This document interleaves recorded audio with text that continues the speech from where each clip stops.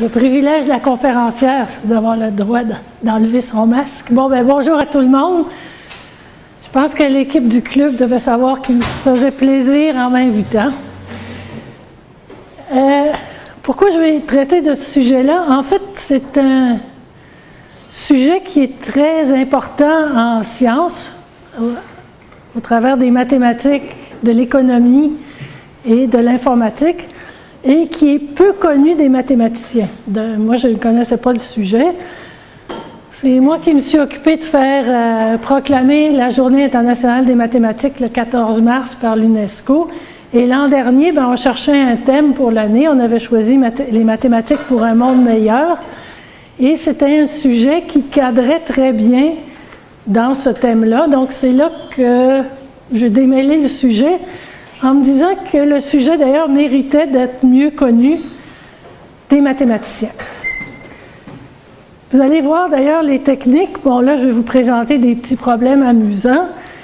Mais vous allez voir les techniques, et puis dans quelques semaines, il va y avoir la COP 26, où les pays doivent négocier, puis on se rend compte que peut-être que si on utilisait ce genre de technique pour les négociations internationales, ça pourrait peut-être donner des meilleurs résultats que ce qu'on voit.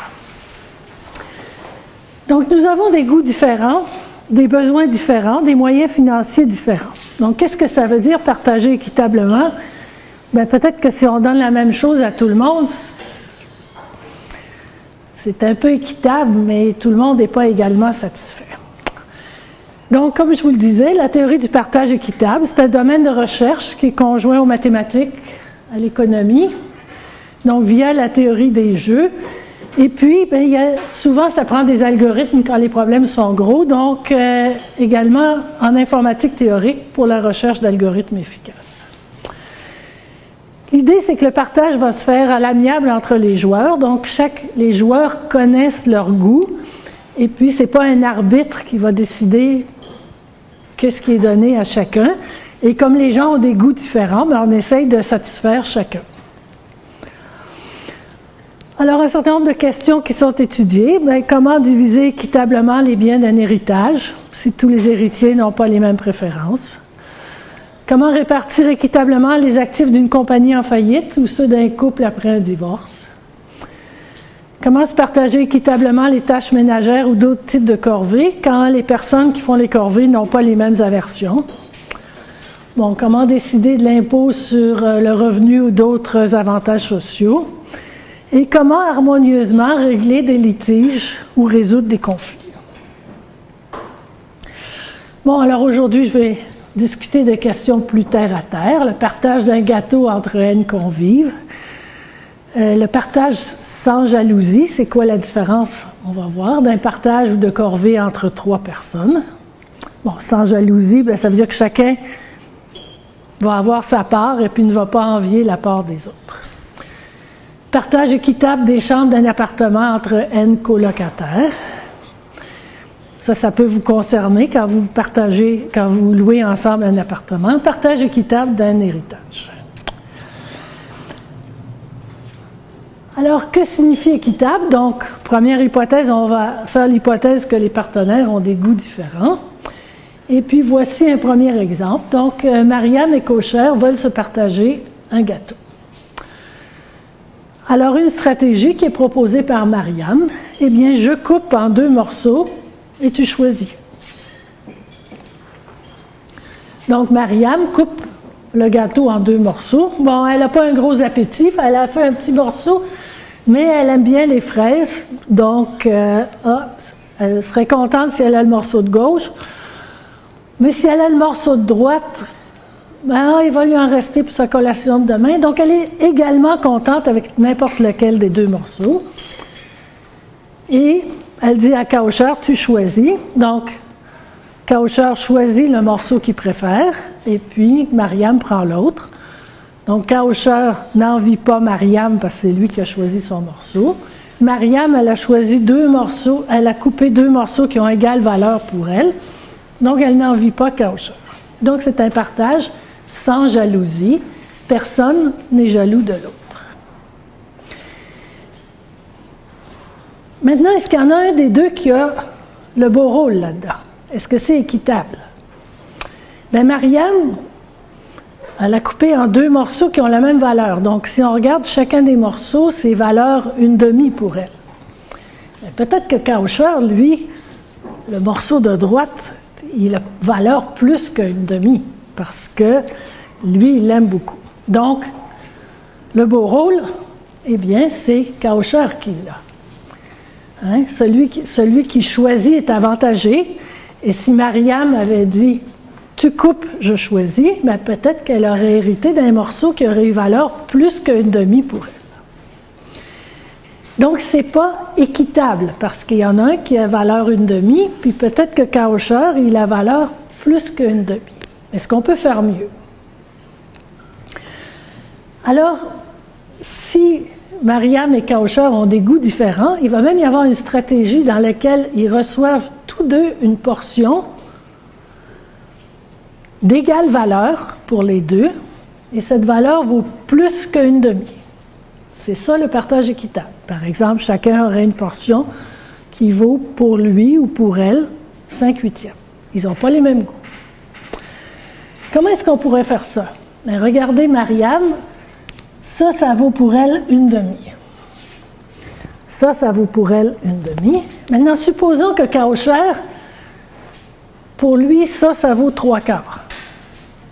Eh bien, qu'est-ce que va faire Mariam? Elle va bouger lentement son couteau vers la droite. Qu'est-ce qui se passe quand elle bouge le couteau? La valeur de son morceau augmente. Donc, elle est partie de 1/2, le morceau augmente, la valeur de son morceau augmente. Kaucher, son morceau valait 3/4, on en enlève un peu, la valeur de son morceau va diminuer. Eh bien, à un moment donné, il y en a une qui monte puis l'autre qui descend, elles vont se rejoindre. Donc, à un moment donné,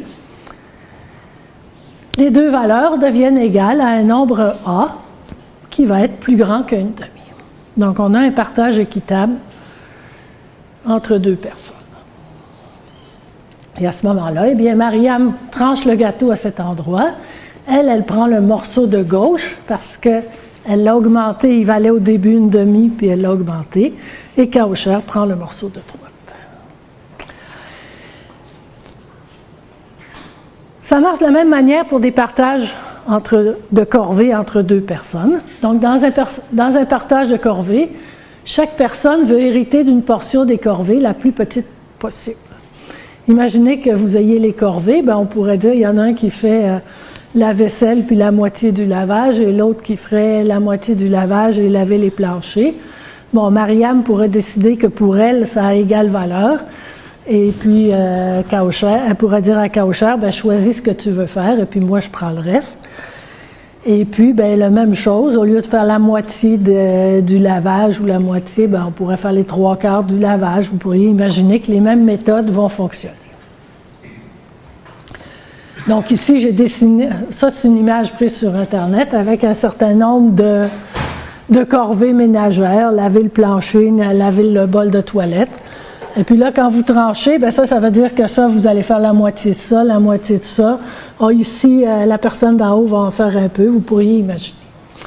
Donc, la première méthode permet un partage sans jalousie et la seconde, un partage équitable. Est-ce qu'on peut généraliser à une personne? Donc, la réponse, c'est oui. Mais bien sûr, les algorithmes vont devenir plus complexes. Alors, le cas le plus facile, donc vous voyez, il y a plusieurs niveaux de partage. J'ai parlé de partage sans jalousie, de partage équitable. Le plus bas niveau, c'est ce qu'on va appeler le partage proportionnel. C'est-à-dire que si vous avez N personnes, ici il y a peut-être 24 personnes dans la salle, eh bien chacun doit avoir une portion qui pour lui ou pour elle vaut au moins un 24e. Peut-être ça vaut un 24e, peut-être plus. Donc c'est comme le... Alors, ça, c'est facile, on va y aller avec notre gâteau. Donc je suis l'arbitre. Je tiens un couteau, je pars à gauche et je balaye le gâteau vers la droite. À partir du moment où il y en a un d'entre vous qui dit « stop », vous recevez le morceau qui est à gauche. Et puis les autres qui n'ont pas reçu leur morceau, je recommence, je balaye à partir de la gauche. S'il y en a un d'entre vous qui dit « stop », vous recevez le morceau à gauche de mon couteau et on fait ça jusqu'à épuisement des convives. Alors bien sûr, il faut que vous disiez « stop » au bon moment pour que ça fonctionne.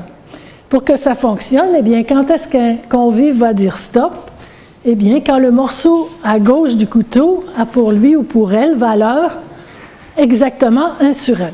Donc, quand vous voyez à gauche, il y a 1/24e si vous êtes 24, vous dites « stop ».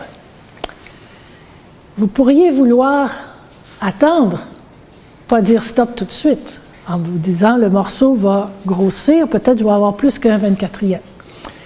Si vous attendez, peut-être quelqu'un va dire « stop » avant vous, puis là, vous allez avoir laissé échapper ce morceau-là, et ensuite, ce qui reste pour vous, c'est moins que 23 24e.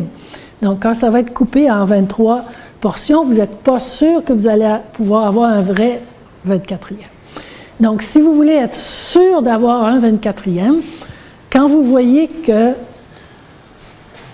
y a un 24e à gauche, vous dites « stop » et vous recevez ce morceau-là. Et si chacun fait ça, si vous êtes le seul à dire « stop », c'est que les autres qui n'ont pas dit « stop », ce qui reste, c'est plus que 23 24e. Donc, si on recommence la stratégie, chacun va être sûr d'avoir un 24e au moins à un moment donné.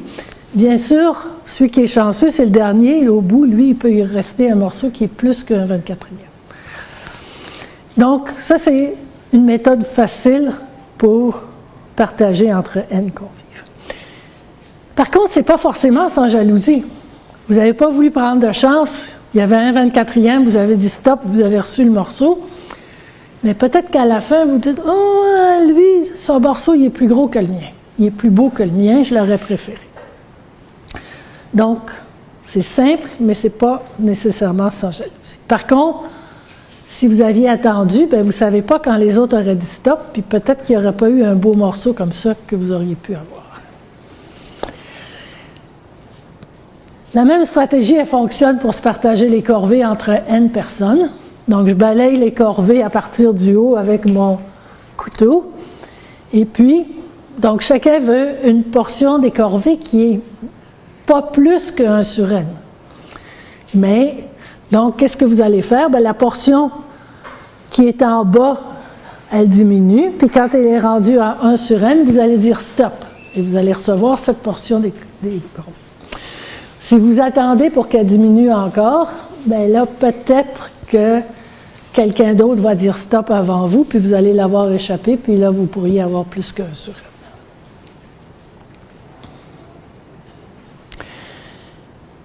Donc, la méthode qu'on a présentée avec N convives, donc avec 3 convives, ça nous faisait un partage proportionnel, mais il n'était pas sans jalousie. Donc, maintenant, ce qu'on va vouloir, c'est partager sans jalousie mon gâteau entre 3 convives. Donc, vous voyez, je vais faire 2 traits. Alors, les morceaux, bien, la taille, je vais supposer que mon gâteau, la taille entière, c'est 1. Le premier morceau, bien, c'est une portion de 1, par exemple 0,3, 0,4, 0,3. Donc, voici comment partager. Ce qui nous importe, c'est de faire les 2 traits de couteau de telle manière que chacun va choisir un morceau. Vous êtes 3, chacun va choisir un morceau différent, son premier choix, puis tout le monde va être content. C'est ça qu'on veut faire. On veut montrer qu'il va exister un partage sans jalousie. Une fois que ça va être coupé, chacun va être content. Donc, on va vouloir se représenter toutes les coupes possibles. C'est toutes les manières d'écrire 1 sous la forme x1 plus x2 plus x3. Je vais vouloir me représenter ces points-là comme les points d'un... Donc ici, c'est un triangle équilatéral. Sa hauteur, c'est 1. Et alors, vous pouvez, c'est un petit exercice de géométrie. Si je prends n'importe quel point ici, la somme de la distance ici, plus la distance ici, plus la distance ici, ça vaut toujours 1. C'est vrai pour le point, la hauteur, mais c'est vrai pour n'importe quel autre point. Donc, me donner un partage en trois portions, x1, x2, x3, c'est la même chose que me donner un point du triangle. Maintenant, pour visualiser, c'est quoi la distance ici? Eh bien, je vais le faire avec les couleurs.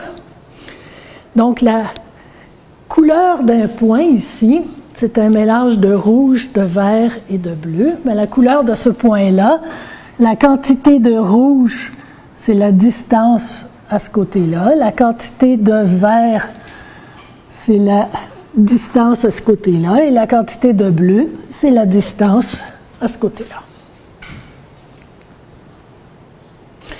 Alors, ce qu'il faut se rappeler, c'est que chacun des points, ça représente un partage du gâteau en 3 morceaux. Et moi, ce qui m'importe, c'est de trouver un point du gâteau donc un point du triangle, où, eh bien, les 3 morceaux de gâteau, ça va être 3 personnes différentes qui vont les chercher. Donc, mes 3 personnes, je les ai appelées Aïssa, Badia et Clara. Et maintenant, ce que je vais faire, c'est découper mon triangle en petits triangles. Ce que j'ai dessiné, ce n'est pas très petit, mais vous pouvez les imaginer très petits. Si mes triangles sont très petits, bien, ça veut dire que quand je regarde les 3 sommets du triangle, ça correspond à 3 manières de couper le gâteau. C'est presque la même chose, hein? Si vous rajoutez, quand vous coupez votre gâteau en 3, si vous rajoutez une petite miette, ça ne fait pas de différence suivant le morceau. Donc, ce qu'on va faire, c'est pas chercher une solution. Enfin, on pourrait chercher une solution exacte. Ce serait plus compliqué. Je vais vous montrer comment trouver une solution presque exacte. Donc, la seule petite différence, c'est ça, ça va être, imaginez un tout petit triangle, et puis c'est la différence entre les distances. À l'œil, vous ne voyez pas la différence entre les morceaux de gâteau, là. Mes 3 convives, elles s'appellent Aïssa, Badia et Clara. Bien, regardez ce que j'ai fait. J'ai mis des lettres au sommet du triangle, A pour Aïssa, B pour Badia et C pour Clara. Et je l'ai fait de telle sorte qu'à chaque triangle, j'ai les 3 lettres qui apparaissent. Hein? C'est pas difficile. Dès que j'ai mis A et C, B, ici j'ai B et C, A, B et A, C, etc.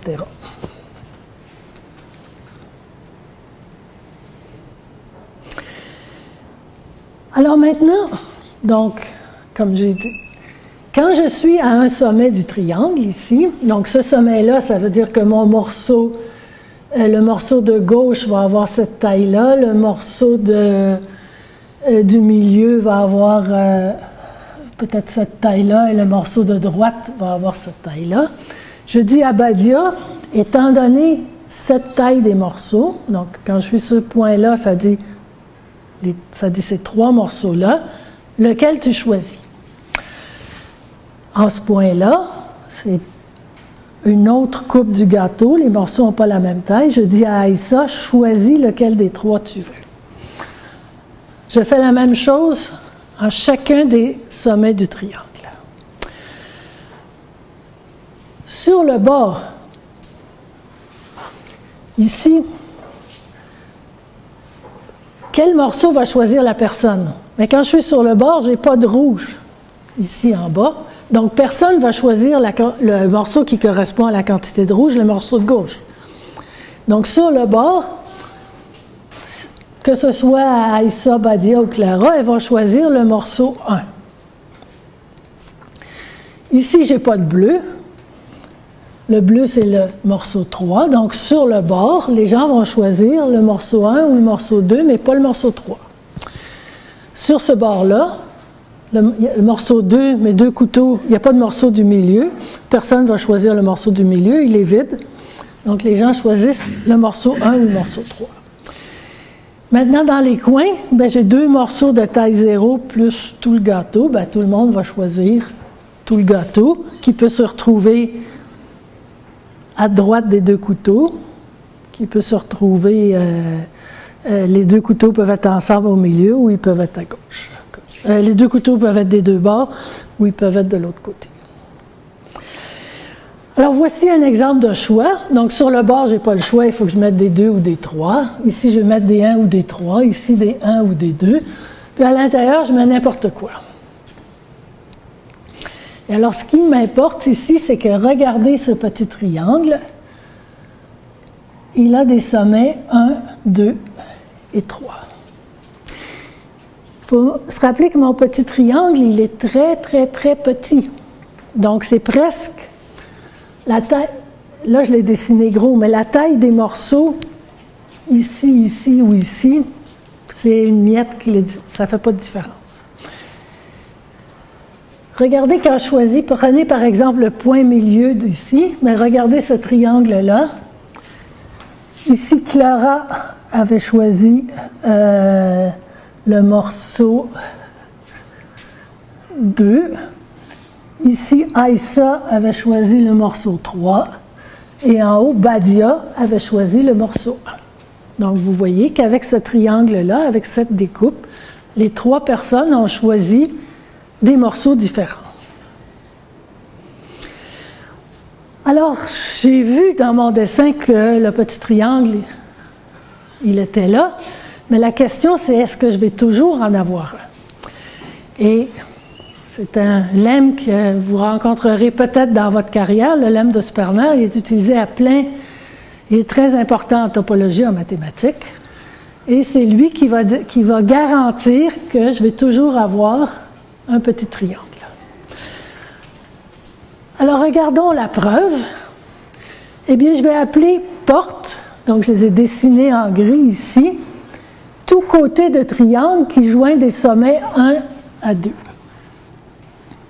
Donc, les voici, ils sont dessinés en gris.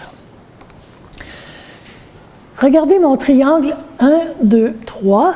Il a une porte, parce qu'il y a un côté entre des sommets 1 et 2. Prenez n'importe quel autre triangle. Bon, ici, je n'ai pas de porte. Ici, j'ai 1, 2, 2, bien j'ai 2 portes. Ici, j'ai 1, 2, 2, j'ai 2 portes. Ici, etc. Regardez les autres triangles. Si vous n'avez pas 1, 2, 3, vous avez soit 0, soit 2 portes. Donc, les seuls triangles qui m'intéressent, les triangles 1, 2, 3, c'est ceux qui ont un nombre impair de portes. C'est les seuls triangles qui fonctionnent. Maintenant, la somme de nombres pairs, c'est un nombre pair. Donc, si je fais la somme, si je prends chacun des triangles tour à tour, je fais la somme du nombre de portes. Si c'est un nombre impair, je suis sûr qu'il y a au moins un nombre impair dans la somme. Ça va? Donc, c'est ça qu'on va faire. On va montrer que...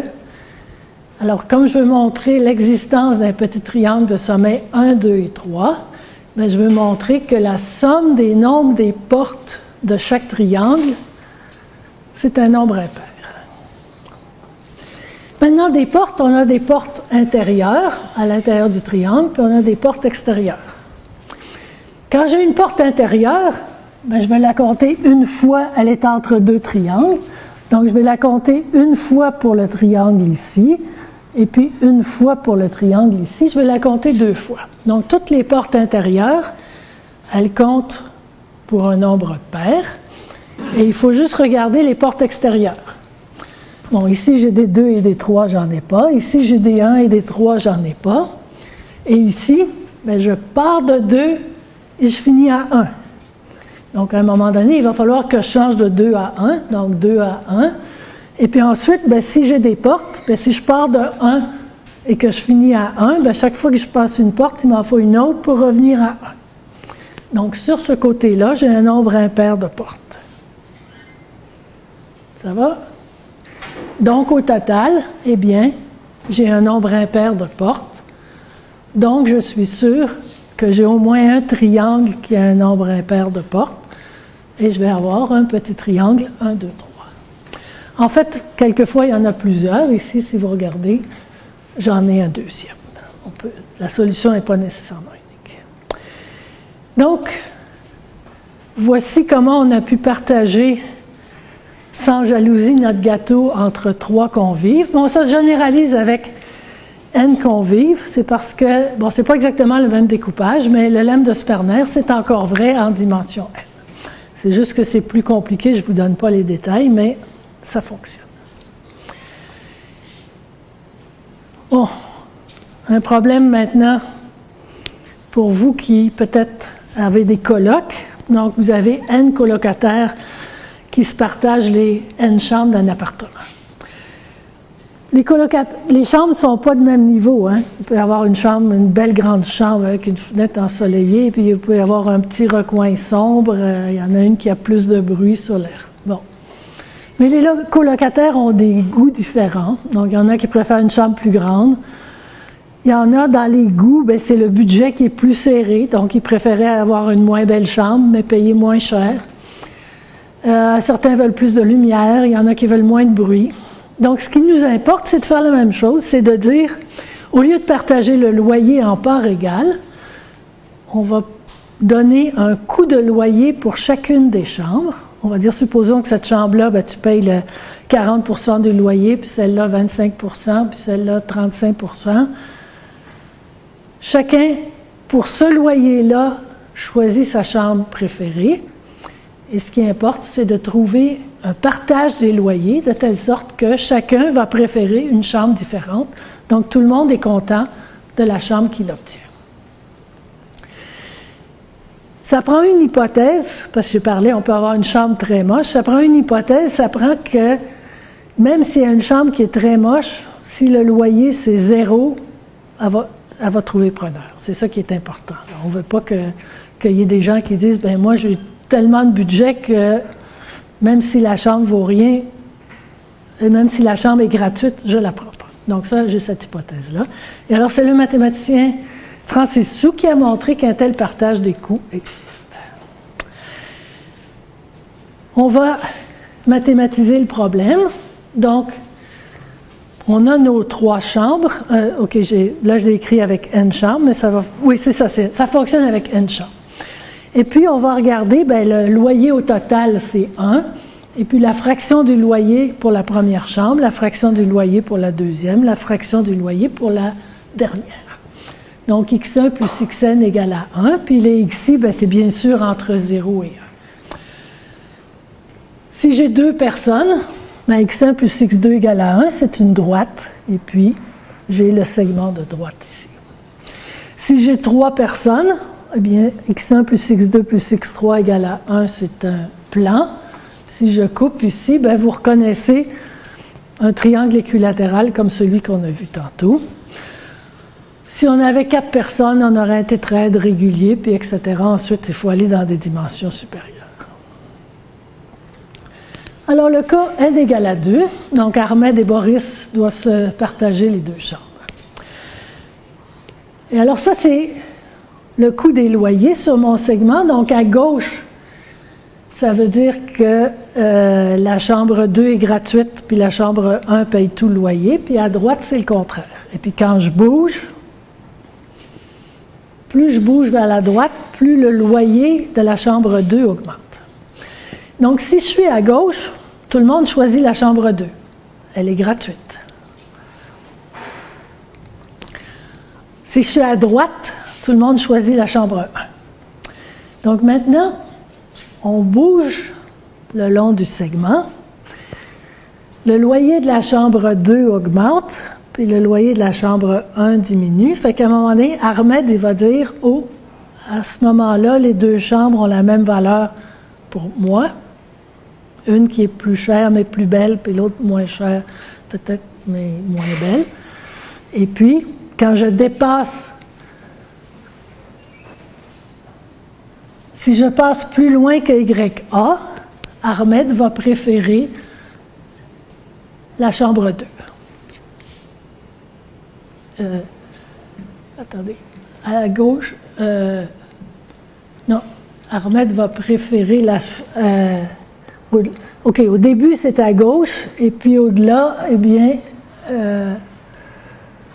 il va préférer... OK, le X1, donc je suis parti de la droite. Bon, je suis parti de X1 égale à 0, et puis quand je m'en vais assez loin à droite, Ahmed va préférer la chambre 2. Même chose pour Boris. Et à ce moment-là, ce qui nous importe, c'est de choisir, donc pour Boris, c'est à partir d'une valeur YB. Donc j'ai mes deux nombres YA, YB. Il faut que je me place entre les deux. Entre les deux, ben, par exemple, je peux prendre pour le loyer de la chambre 1 le point milieu du segment YA plus YB sur 2. Donc si j'ai YA qui est plus petit que YB, mon Y il est plus grand que YA, il est plus petit que YB. Y est plus grand que YA, donc c'est une valeur qui est plus grande que ça. Au-delà de cela, Ahmed préfère la chambre 2. Y est plus petit que YB, donc Boris préfère encore la chambre 1. Donc chacun est content. Si j'avais le contraire, ben c'est le même raisonnement. Ce serait Ahmed qui choisira. Ici, c'est la même valeur. Mais si à un moment donné, le YA, c'est Ahmed dit les deux chambres, ça m'est indifférent, puis Boris aussi, ben, vous pouvez tirer au sort qui a la chambre. Le cas n égale à 3, mais on va faire la même chose que tout à l'heure, on va chercher une solution approchée. C'est-à-dire que le coût des loyers pour les trois chambres, je vais le représenter, rappelez-vous, je dois avoir x1 plus x2 plus x3 égale à 1. Eh bien, on a dit que c'est un point d'un triangle équilatéral, où les x1, x2, x3, c'est mes distances aux trois côtés. Je vais découper en petits triangles, la même chose que tout à l'heure. Je vais supposer qu'ils sont tellement petits que quand je suis aux trois sommets du triangle, ben, les différences de loyer sont à peu près négligeables d'un sommet à l'autre. Hein. Quand la différence de loyer, c'est de l'ordre du cent ou de la fraction dessous, là, vous ne voyez pas la différence. On fait la même chose que tout à l'heure. À chacun des sommets, on associe l'initiale d'une des colocataires et chacun des triangles a les mêmes sommets A, B et C. Maintenant, à chaque point, à chaque sommet ici, donc ici par exemple, supposez que A c'était AISA, on va lui dire, pour ce coût des loyers qui correspond aux distances aux trois côtés, donc supposons que la chambre 1, son loyer c'est ça, la chambre 2 c'est ça, la chambre 3 c'est ça, laquelle tu préfères? Donc chacune doit choisir la chambre qu'elle préfère. Alors si on regarde ici, eh bien la distance à ce côté-là, c'est le coût du loyer de la chambre 3. Ici, la chambre 3 est gratuite. Tout le monde choisit la chambre 3. Ici, la chambre 2 est gratuite, parce que le coût du loyer de la chambre 2, c'est la distance à ce côté-là. Tout le monde choisit la chambre 2. Ici, le coût du loyer de la chambre 1 est gratuite, parce que la distance à ce côté-là, c'est 0. Tout le monde choisit la chambre 1. Au sommet, bien ici, les chambres 1 et 3 sont gratuites, donc la personne va choisir celle qu'elle préfère. Ici, les chambres 2 et 3 sont gratuites, la personne choisit ce qu'elle préfère. Et en haut, la chambre 1 et 2, les chambres 1 et 2 sont gratuites, la personne choisit ce qu'elle fait. Maintenant, à l'intérieur, n'importe quoi. Mais si vous reconnaissez, c'est la même chose que tout à l'heure. On va avoir gagné si on a un petit triangle dont les sommets sont numérotés 1, 2 et 3. Alors, comme coût des loyers, ben, vous pouvez prendre le point milieu du triangle. Comme j'ai dit, c'est une valeur rapprochée. Si on voulait une valeur exacte, ben, il faudrait calculer un point d'accumulation, mais je ne veux pas aller dans les détails. Alors, un petit triangle existe toujours. Ce n'est pas le lemme de Sperner, mais dans le fond, ça va être la même preuve. C'est une variante du lemme de Sperner. Donc, on va faire la même chose. On va appeler porte tout petit segment d'extrémité 1 et 2. Donc, les portes, vous les voyez en rouge ici. Même argument que tout à l'heure, un petit triangle de sommet 1, 2 et 3, c'est un petit triangle qui a exactement une porte, et tous les autres triangles ont 0 ou 2 portes. Il faut donc, pour l'existence d'un triangle, il faut donc montrer que la somme des nombres de portes de tous les triangles est impaire. Même raisonnement. Alors maintenant, la somme des portes intérieures, toute porte intérieure est comptée 2 fois, donc ça me donne un nombre pair. Maintenant, des portes extérieures, j'en ai pas en bas, j'en ai pas à gauche, et du côté droit, eh bien, je n'ai que des 1, sauf... Ah, c'est pas tout à fait exact quand je dis que j'en ai pas à gauche. Je n'ai que des 2 dans le milieu du côté gauche, je n'ai que des 1 dans le milieu du côté droit. Le sommet en haut, c'est un 2 ou un 1.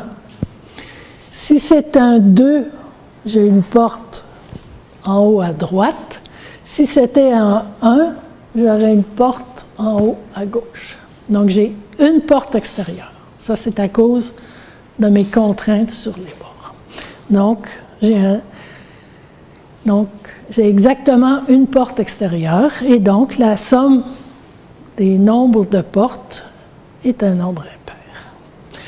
Alors ça se généralise également au cas du loyer de n colocataires, parce que ça peut se faire. Partage d'un héritage, donc ici la problématique est différente. On ne peut pas séparer une maison en morceaux ou une voiture en morceaux. Pour que le partage soit équitable, on veut tenir compte des préférences des héritiers et des héritières. Alors je vous présente une méthode ici, c'est la méthode de la soumission scellée. Et alors l'hypothèse qu'on fait, par exemple, si vous avez une maison puis un vélo à partager, vu qu'il y a une personne qui va recevoir la maison et l'autre le vélo, l'idée, c'est que la personne qui reçoit plus peut donner une compensation financière à l'autre. Et alors, à ce moment-là, il s'agit de diviser les biens et de décider de la compensation financière. Alors, Aïssa, Béatrice et Clara doivent se partager une maison, une voiture, une guitare, un canot, une bicyclette. Alors, on demande c'est soumission scellée, on va demander à chacune de faire une soumission. Donc, chacune doit présenter pour elle quelle est la valeur qu'elle donne à chacun des objets. Donc, voici les soumissions en millions de dollars. Donc, vous voyez, Aïssa dit, pour moi, la maison vaut 360 000, la voiture 21 000, la guitare 5 000, le canot 1 500, la bicyclette 2 500. Béatrice fait une soumission. Son total, c'est 330 000. Puis Clara fait une soumission. Son total, c'est 285 000. Aïssa, elle évalue la totalité des biens à 390 000. Donc, ça veut dire que sa part, elle doit recevoir un tiers. Elle doit recevoir quelque chose qui, pour elle, vaut 130 000. Béatrice, elle évalue la totalité des biens à 330 000. Donc, elle doit recevoir quelque chose qui, pour elle, vaut 110 000. Et même chose, Clara évalue la totalité à 285 000. Donc, ce qu'elle doit recevoir, pour elle, ça doit valoir au moins 95 000. Alors maintenant, on va attribuer les biens à la plus haute soumissionnaire. Donc, Aïssa, vous voyez, c'est elle qui a soumissionné le plus haut pour la maison. Elle reçoit la maison. Maintenant, la voiture et la guitare, c'est Béatrice qui a soumissionné le plus haut. Donc, elle reçoit la voiture et la guitare. Pour elle, ça vaut 36 000. Clara, elle reçoit le canot et la bicyclette. Pour elle, ça vaut 7 000. Maintenant, la part de Aïssa devait être 130 000. Elle a reçu 360 000. Donc, elle a reçu 230 000 de trop dans ce qu'elle évalue. Béatrice a un manque à gagner pour son 110 000 de 74 000 et Clara a un manque à gagner de 88 000. Donc, les trop perçus, eh bien, regardez, Aïssa, elle a reçu 230 000 de trop. Eh bien, elle va compenser Béatrice du 74 000 qui lui manque. Elle va compenser Clara du 88 000 qui lui manque. Et puis, ben, il reste de l'argent, parce que 74 000 plus 88 000, ça va nous faire 162 000. Donc, il reste de l'argent. Eh bien, cet argent, il est divisé à part égale entre les trois. Donc, si on le divise à part égale entre les trois, eh bien, ce qui reste, ça va donner 22,66 pour chacun. Donc, Aïssa, elle va recevoir la maison plus 22 660. Béatrice va recevoir la voiture plus la guitare, plus le 74, plus le 22 660. Clara va recevoir le canot, la bicyclette, le 88 000 plus le tiers de ce qu'il y avait en plus. Alors, ça ouvre une question intéressante que je ne vais pas discuter ici, mais quelle est la meilleure stratégie pour soumissionner? Bon, si vous voulez vraiment quelque chose, vous soumissionnez plus haut. Attention, si vous soumissionnez plus haut, ben là, vous allez recevoir, si vous avez la maison, mais si vous avez soumissionné très haut, ben vous avez une dette envers les autres qui est plus grande, donc ça offre le... Donc ça, je vous laisse en discuter. Une dernière chose avant de finir, bon, vous allez dire... parce que quand même, vous faites des parties quelquefois où il faut partager un gâteau entre 3 personnes. Vous allez dire, bon, c'est bien beau votre histoire des petits triangles, mais comment je vais faire avec mes copains pour expliquer que chaque point du triangle, ça représente la taille du morceau 1, la taille du morceau 2 et la taille du morceau 3. Hein? Les profs de maths, là, ça n'a pas le sens pratique, c'est terrible. Donc, comment est-ce qu'on pourrait faire dans un party? Alors, voici un autre algorithme, donc de Selfridge-Conway. Donc, partager sans jalousie le gâteau entre 3 personnes. Alors, une partie, on le sait quand même, il faut qu'il y ait des morceaux qui aient égale valeur pour certaines personnes. Donc, Aïssa, elle sépare le gâteau en 3 morceaux qu'elle juge d'égale valeur pour elle. Maintenant, donc, Badia, elle arrive. Alors, les 3 morceaux ont la même valeur pour Aïssa. Badia, elle regarde les 2 morceaux qu'elle préfère. Parmi les 3, elle les classe, les 2 morceaux qu'elle préfère. Bien, les 2 qu'elle préfère, c'est les morceaux 1 et 2. Mais le morceau 1, il a plus de valeur pour elle que le morceau 2. Donc, qu'est-ce qu'on va faire? Eh bien, elle va faire un trait de couteau ici. Elle va enlever un petit morceau du morceau 1. Donc, ce nouveau morceau, je vais l'appeler 1'. Et pour Badia, le morceau 1' puis le morceau 2, ils ont la même valeur. Et puis, pour Badia, ben, donc ça, la valeur de ça, c'est la même que celle-ci, et c'est plus grand que celle-ci. Fait que ce qu'on va commencer maintenant, on a 3 gros morceaux. On va commencer par donner à chacun les 3 gros morceaux, puis ensuite le petit morceau, ben, on va le partager en 3 pour terminer. Alors, ben, regardez Aïssa. Ces 2 morceaux-là ont la même valeur pour elle. Celui-là a une valeur plus petite. Badia, ces 2 morceaux-là ont la même valeur pour elle. Ça, c'est une valeur plus petite. On va faire choisir Clara en premier. Donc, Clara va choisir un des morceaux. Alors, elle choisit 1' ou 2 ou 3. Ça veut dire que pour chacune de Aïssa et de Badia, il lui reste comme il y avait 2 morceaux qui avaient égale valeur, il lui reste un morceau à choisir. La deuxième qui va choisir, c'est Badia, parce qu'il lui reste nécessairement un morceau à choisir. S'il lui reste juste, mais si Clara a choisi le morceau 3, donc Badia, elle doit choisir entre 1' et 2 qui ont la même valeur pour elle. Il faut se rappeler que 1', c'est plus petit que 1, fait que pour Aïssa, 1' vaut moins que 1. Donc, si on veut que ce soit équitable, si jamais Clara a choisi le morceau 3, Badia doit choisir le morceau 1'. Et à ce moment-là, Clara va se retrouver avec le morceau 2. Si Clara a choisi un autre morceau, le morceau 1' ou le morceau, il n'y a pas de problème. La seule chose, c'est qu'il faut s'arranger que soit Clara, soit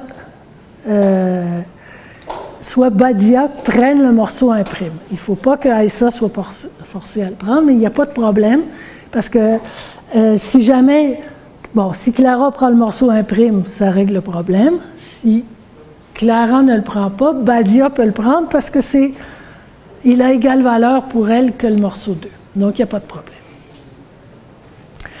Donc, aucune des trois n'est jalouse avec le gros morceau. Et maintenant, il faut diviser le petit morceau en 3 et se partager le petit morceau pour qu'il n'y ait pas de jalousie. Donc, le morceau imprime, comme j'ai dit, il a été pris soit par Badia, soit par Clara. Donc, celle qui ne l'a pas pris, c'est elle qui va diviser le petit morceau. Le petit morceau, elle le divise en 3 parties, toujours la même chose, qui ont la même valeur pour elle. Elle est contente avec n'importe quoi. Alors, la première qui choisit, c'est celle qui avait pris le morceau imprime. Elle choisit un des 3 morceaux. La deuxième qui choisit, c'est Aïssa. Et celle qui a coupé va hériter du dernier morceau. J'ai 1 minute pour finir. Bon, la première qui choisit, elle n'est pas jalouse parce que c'est elle qui choisit.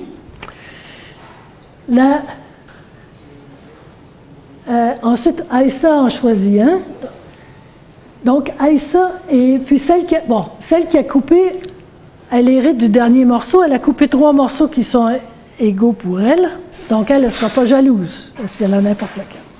Donc, la seule chose qu'on doit vérifier, c'est que Aïssa n'est pas jalouse. OK, donc ça, c'est la première.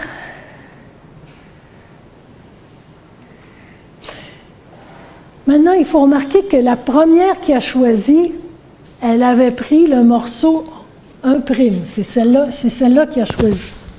Donc, sa part totale, c'est le morceau 1' plus un petit morceau. Donc, sa part totale, c'est plus petit que mon morceau 1 de départ.